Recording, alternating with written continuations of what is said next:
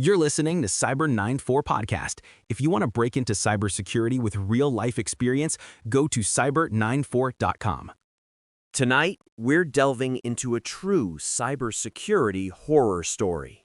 A name that still sends a shiver down the spine of any early Bitcoin investor.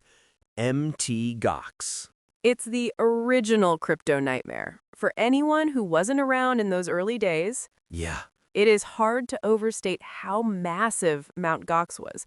I mean, by early 2014, it was the center of the Bitcoin universe, handling over 70% of all transactions worldwide. It was an absolute giant. A giant with a bizarrely humble beginning.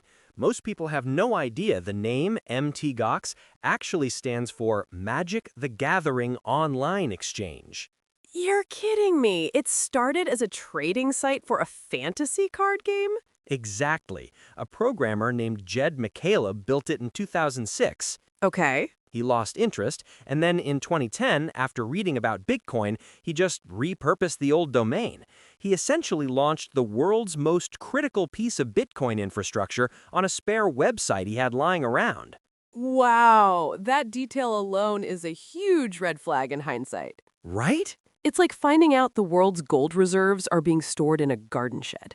The foundation was shaky from day one, and yeah, the problems started almost immediately. They really did. So in 2011, the founder sold the site to a French developer in Japan, Marc Karpelès. Okay. Just months later, the first major security breach hit. A hacker got access to an auditor's account and flash crashed the market, Wow. manipulating the price of a Bitcoin on the exchange all the way down to a single cent.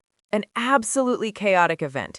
It created mass panic, and it was a huge warning sign of the vulnerabilities in the system. Right. But that wasn't even the real disaster. That was just the opening act for the nightmare that was unfolding in secret. Exactly. The real horror story was a slow, methodical bleed.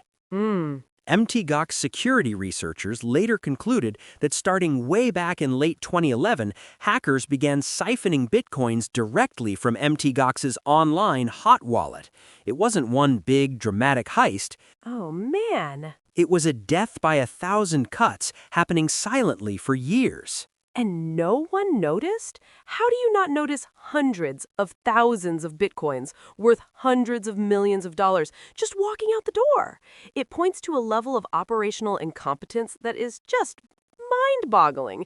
They were the biggest exchange on the planet, but their security and accounting were a complete house of cards. Which brings us to the final, catastrophic meltdown in February 2014. Right. The slow bleed had finally become a mortal wound.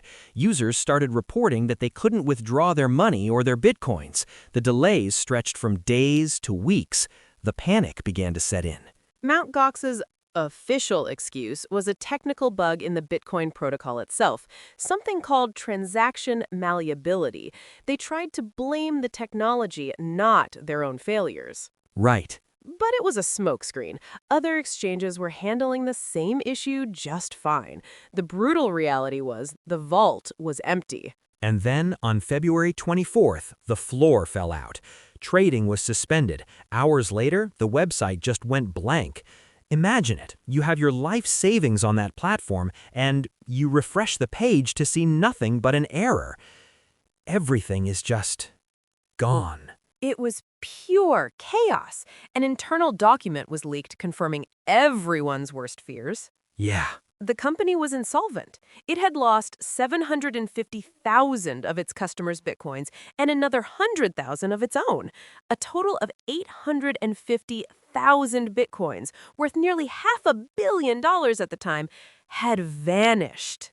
And to put that in perspective, that was roughly 7% of all bitcoins in existence. Wow. The company filed for bankruptcy, and its CEO, Marc Karpelès, blamed hackers. But the story that emerged was one of catastrophic failure on every level. He was eventually arrested by Japanese police, not for the theft, but for falsifying data, apparently to hide that the ship was sinking. The legal fallout has been going on for a decade. A decade? And in a twist that sounds just as careless as losing them, they found 200,000 bitcoins in an old forgotten wallet, and those are being used to slowly repay creditors. But the whole affair was a brutal, painful lesson for the entire crypto world. It's where the phrase, "not your keys, not your coins," became a mantra. Mm-hmm. Mt. Gox proved that if you entrust your assets to a third party, you are accepting the risk that they could disappear in an instant.